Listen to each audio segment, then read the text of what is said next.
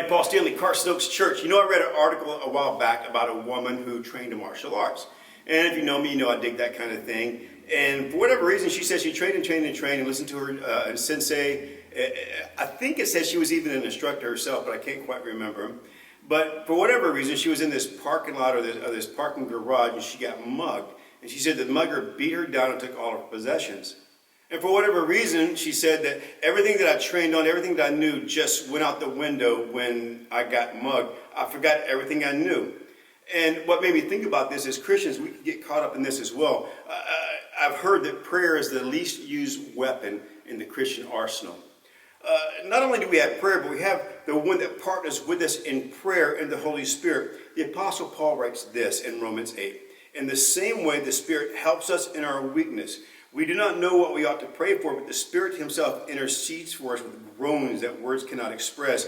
And he who searches our hearts knows the mind of the Spirit, because the Spirit intercedes for the saints in accordance with God's will. I hope you caught all that was in this passage. When you're weak and you're in your weakest moments, you're not going to be able to rely upon yourself.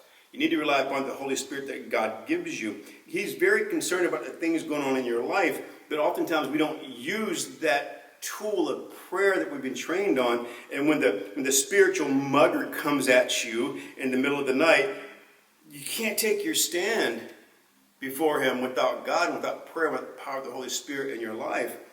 God's the searcher of our heart. He knows our mind. He knows the mind of the Spirit. They communicate about you and all the things that are going on in your life. Check this out. I said this in church last week.